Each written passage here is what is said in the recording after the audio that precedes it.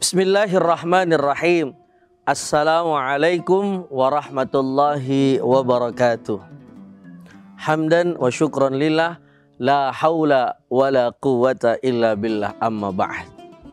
Tribuners yang dirahmati oleh Allah Subhanahu wa ta'ala, bulan suci Ramadan adalah bulan diturunkannya Al-Quran, yang mana Allah Subhanahu wa ta'ala lewat malaikat Jibril alaihi salatu wassalam menitipkan, mengamanahkan kepada baginda Nabi Muhammad sallallahu alaihi wasallam, yang mana Al-Quran ini menjadi petunjuk yang luar biasa untuk umat manusia yang ingin membacanya serta mentadabburi ataupun meresapi daripada isi Al-Quran.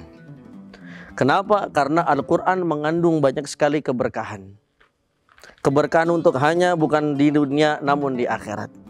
Yang mana keberkahan ini kalau kita saksikan, banyak sekali para salafun saleh yang ketika rajin bahkan sampai menghafal Al-Quran, Allah kasih keberkahan di dalam hidupnya. Sesuai dengan firman Allah Subhanahu wa ta'ala di dalam Al-Quran, kitabun anzalnahu liyadabbaru ayatihi waliyadzakkara ulul albab. Yang mana Al-Quran pun bisa menjadi pelajaran untuk orang-orang yang mau mengambil pelajaran darinya. Apakah Al-Quran berlaku untuk orang-orang yang mempunyai masa lalu kelam lalu membacanya mendapatkan keberkahan? Tentu saja sangat bisa dan sangat istimewa. Dulu kita kenal seorang Wahsy yang pernah membunuh daripada Sayyidina Hamzah. Lalu dengan barokah Al-Quran, Wahsy bertaubat kepada Allah Subhanahu wa ta'ala. Lalu Allah jadikan Wahsy sebagai orang yang istimewa. Begitu juga Allah akan perlakukan orang-orang yang mau membaca Al-Quran di dunia akan diberikan keistimewaan.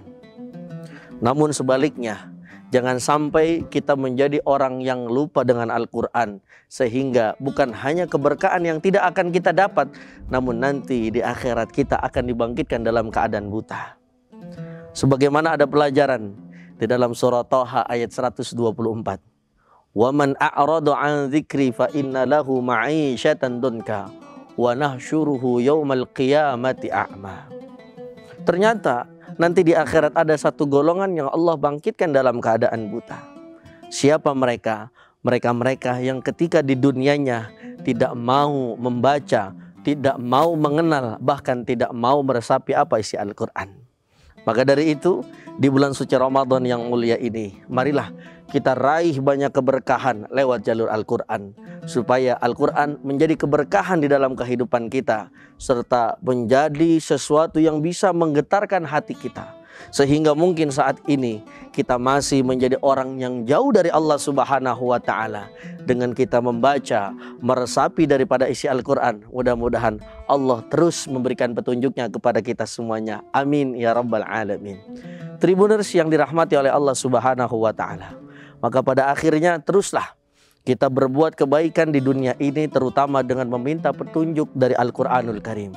Karena sifat daripada Al-Quran adalah selain bisa menjadi penyembuh, ternyata Al-Quran bisa menjadi petunjuk, bukan hanya petunjuk yang berhubungan dengan dunia saja, namun petunjuk yang menuju ke akhirat.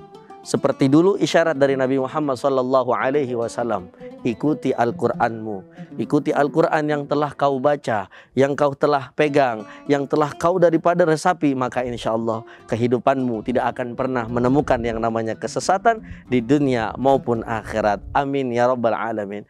Tribuners yang dirahmati oleh Allah Subhanahu wa ta'ala, maka dari itu di sisa-sisa bulan suci Ramadan ini, mari ihrus ala ma yanfauka, kita gunakan waktu kita gunakan setiap menit kita untuk terus meresapi membaca Al-Quran, sehingga Allah menjadikan kehidupan kita penuh dengan keberkahan. Amin ya rabbal alamin.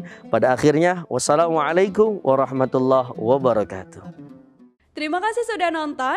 Jangan lupa like, subscribe, dan share ya.